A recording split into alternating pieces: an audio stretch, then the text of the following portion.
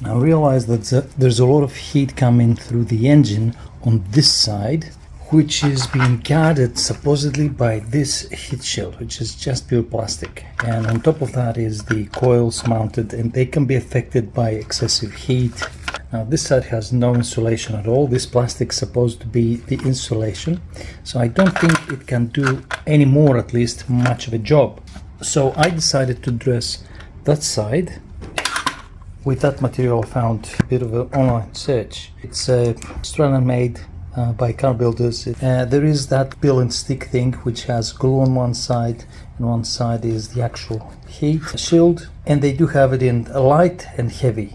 They told me that I have to take the light one because it's not much of a problem for that kind of heat. The heavy one is when the exhaust comes really close to the fairings and everything. So let's try to do that. Let's try to put shield on that side.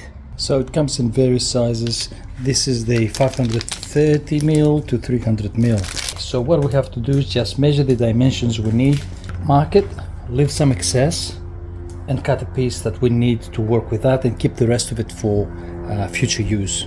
So here I go, roughly. Perfect.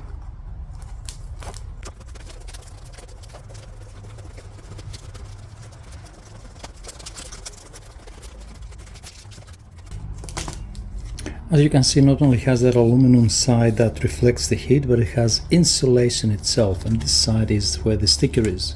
Let's put it back onto the actual heat shield. And it's always a good idea to clean with wax and grease remover prior to application, so no contamination of oils and shit like that is gonna be onto the actual heat shield, and you ensure that the sticking side, it's gonna stick onto the material. Look at that. This is the upper side that you can see when you pick up the fuel tank, and this is the side underneath. This side is facing towards the engine when the heat comes from. So we have to put that material on this side with the aluminum facing towards the engine to reflect the heat, and the rest of the insulation will do the rest. It's good to start through the edge here. I'm not an expert, I've never done this before, of course. It's a good idea not to peel off the whole thing in one go. Just pull some of it, half of it or a third of it, and apply pressure. Try to stick a bit at a time, not all of it in one go. Push like that. I'm trying to find the corners to push the material in there. For example, there is a corner here. I'll try to squash it in there with my fingers and replicate the corners of whatever surface there is down there.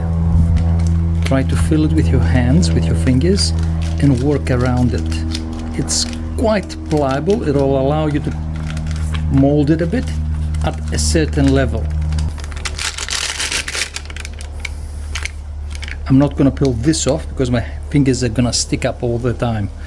So I'm trying to push, and don't worry about this, about the excess. We'll cut it off. You can use some tools, some rollers, which I don't have, and make sure you push all the corners and make it stick together really well. You use that edge of the screwdriver to push the corners in there on some very difficult spot, or I can use the box cutter's edge and push it down there, and maybe that'll be good. And it works really well, I guess. And I think we're safe to pull the rest of it, and with the help of our fingers, corner first here, that edge first in there, and then you go further up. Press nice and hard, and the seal is going to be covered on this side.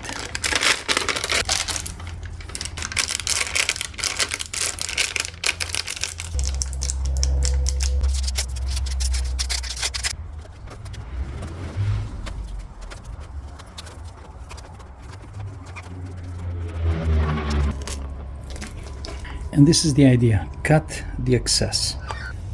And it's all done. This is what's going to provide us quite of heat protection. Well, of course, obviously you've seen that I've done a few messes and it's not perfect, but I'm pretty sure it's going to be way better heat shielding wise than what it used to be before.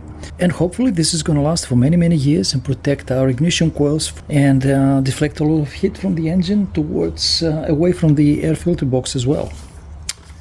Thanks for watching.